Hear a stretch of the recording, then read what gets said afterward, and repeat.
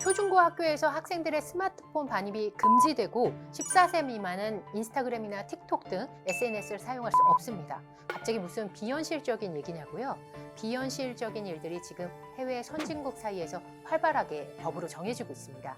예, 오늘 대기자의 데스크에서는요, 해외에서 불고 있는 10대들의 스마트폰 금지법, SNS 사용 금지법을 기사 읽기로 자세히 다뤄보겠습니다.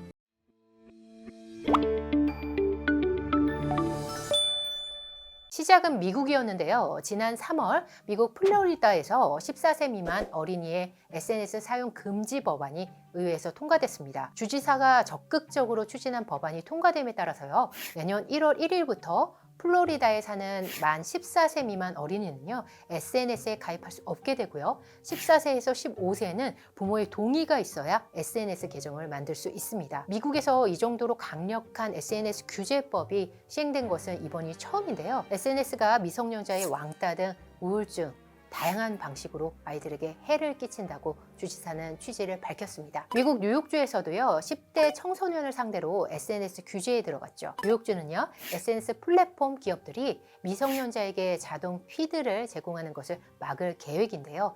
그동안 알고리즘을 통해서 아이들에게 폭력적이고 성적으로 노골적인 컨텐츠로 유도한다는 지적에 따라서 미성년자에게 자동 피드를 제공하는 것을 막을 계획입니다. 10대에게 SNS를 제한한다는 움직임은요, 지금 전 세계적으로 확산되고 있습니다. 호주 사우스 오스트레일리아주도요, 14세 미만의 SNS 계정 보유 금지법을 추진 중이죠. 이보다 더 나아가서 유럽에서는요, 스마트폰 사용 자체를 우려하는 목소리가 나오고 있습니다. 구체적으로요, 다양한 제지 방법이 거론되면서 법제화되고 있죠. 영국에서는 전국 학교에 스마트폰 사용을 전면 금지하는 법안을 논의하고 있는데요. 학교의 등교에서부터 하교할 때까지 수업 시간과 쉬는 시간 모두 스마트폰 사용을 금지할 수 있다는 내용의 지침입니다.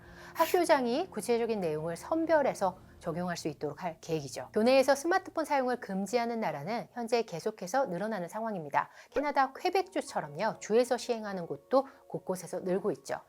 최근 초강수 대책으로 화제가 된 나라는요, 바로 프랑스인데요. 프랑스 정부는 오랜 기간 미성년자의 스마트폰 사용에 따른 부작용을 우려하고 공론하고 있죠.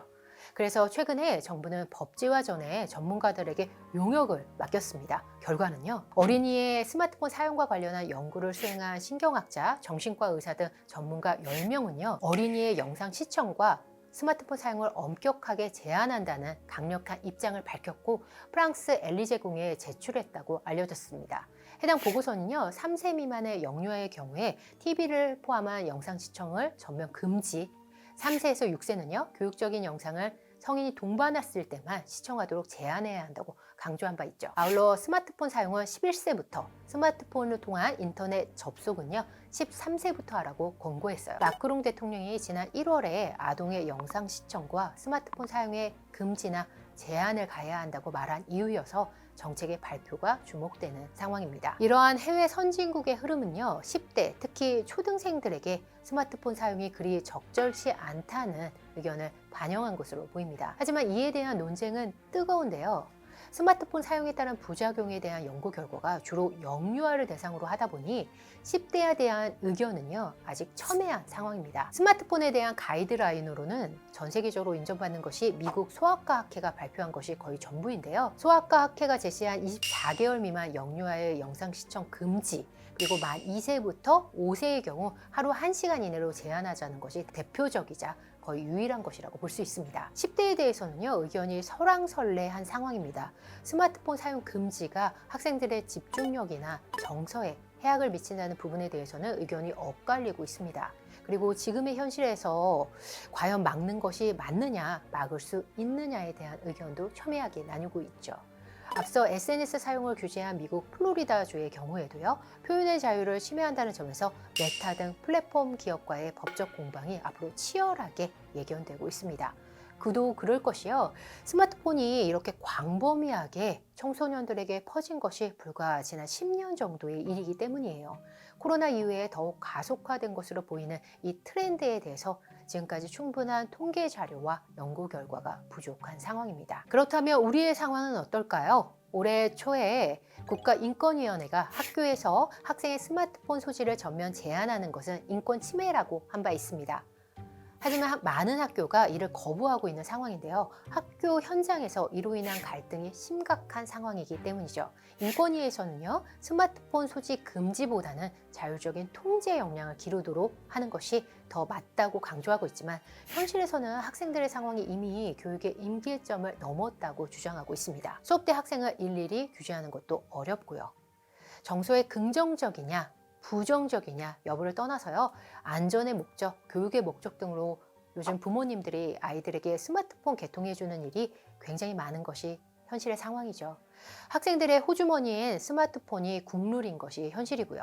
현실 체감도를 봤을 때 제 주변에서 보면 초등학교 고학년이면 본인 소유의 스마트폰을 가진 경우들이 아이들이 참 많아졌더라고요. 스마트폰을 소유한 학생들이 이렇게 많은 상황이기에 이제는 최대한 부작용을 막는 부분에 우리 모두 초점을 둬야 하지 않을까 싶습니다. 얼마 전 한 온라인 커뮤니티에 올린 초등교사의 글이 화제가 됐습니다. 12년차 초등교사라고 소개한 그는요, 스마트폰이 아이들을 망치는 것을 경험했다고 말했죠. 스마트폰 유무에 따라 지적 호기심, 집중도, 비전 등에서 월등히 차이를 보인다고 주장했어요. SNS에서 유포되는 짧고 자극적인 컨텐츠가 아이들에게 자극적인 거 말고는 어느 것에도 흥미를 느끼지 못하게 만들었다고 했죠. 게다가 잘 사는 동네로 갈수록 반 아이들이 스마트폰을 가지고 있지 않거나 휴대폰이 있더라도 키즈폰으로 관리를 받고 있었지만 소외된 지역 아이들은 그렇지 못하다고 지적했습니다. 이런 생각을 하는 상황에서 얼마 전에 출간돼서 미국에서 베스트셀러가 된 뉴욕대 교수 조나탄 하이트가 쓴 불안한 세대라는 책을 굉장히 인상 깊게 읽어서 여러분께 잠시 소개해드리고자 합니다. 여러분, 만약 억만장자 기업가가 아이들을 화성에 보내는 프로젝트를 추진한다. 여러분은 아이들을 화성에 보내시겠습니까? 화성에 자란다는 것은요, 인류 역사상 지구의 중력과 환경에 길들여지게 진화된 몸이요, 완전히 새로운 중력과 환경에 적응해야 한다는 것을 의미하죠. 그렇게 적응된 몸은요, 나중에 지구에서 자란 몸과 완전히 다른 상태일 거고요. 골다공증 등 각종 질병에 걸릴 확률도 예측하기 어려울 것입니다. 이 책은요, 95년 이후 출생한 세대는 마치 화성에서 자란 아이들처럼 다르다고 얘기합니다. 이유는 스마트폰 때문이죠. 2007년 아이폰 등장, 2009년 소셜미디어에 생긴 좋아요 기능, 2012년 페북이 인스타그램을 인수한 이후에 태어난 아이들은요, 이전과 전혀 다른 대대적으로 재구성된 어린 시절을 보냈다고 이 책은 말하고 있습니다. 이유는 간단한데요. 이 시기에 마땅히 해야 할 놀이가 스마트폰으로 대체되면서 발생한 놀이의 부재, 스마트폰이라는 가상세계에서의 놀이 때문이죠. 그것으로 10대들이 정서적으로 불안한 세대가 됐다는 것입니다. 책에서 저자는요, 2010년 이후부터 미국에서 10대들의 우울증이 급증했는데 이는 스마트폰 기반의 어린 시절로의 대대적인 재구성이 10대 정신질환의 가장 큰 원인이라고 주장했죠. 구체적으로 스마트폰이 불러온 병폐로 4가지를 제시합니다. 첫 번째, 사회성 결여, 두 번째, 수면 결핍, 세 번째, 주의력 장애, 네 번째, 중독입니다. 그는 어린 시절에 놀이가 얼마나 중요한 역할을 하는지 진화론과 뇌과학에 입각해 설명하고 놀이 기반의 어린 시절이 빠르게 소멸한 사회현상을 문제제기합니다. 놀이는 교감 능력과 사회성 발달에 절대적인 기여를 하는데 스마트폰에서의 모든 활동은 반대라는 거죠. 모든 포스팅이 전략적이고 관계는 피상적이며 육체는 손가락 말고는 쓰지 않으니까요. 그러면서 화성에 가기 전에 10대만큼이라도 먼저 지구에서 자라나야 한다고 이 저자는 강조하고 있습니다. 그렇기 위해서 저자는 집단 행동과 개인 행동 모두 필요하다고 강조하고 있는데요. 지금의 현상이 돌이킬 수 없는 트렌드가 됐기 때문에 개인의 힘으로는 불가능하고 사회의 역할이 필요하다는 것이 이분의 입장입니다. 집단 행동으로는요, 정부와 플랫폼 회사의 제도 개선, 학교 차원의 새로운 룰, 그리고 부모의 간절한 노력이 필요하다고 강조하고 있습니다. 어떠신가요? 우리 아이들이 화성에서 자란 아이가 될지 지구에서 자란 아이가 될지 고민해보는 시간이길 희망합니다. 저는 또 다른 해외 기사 읽기로 돌아오도록 하겠습니다. 함께해 주셔서 감사합니다. 대기자 TV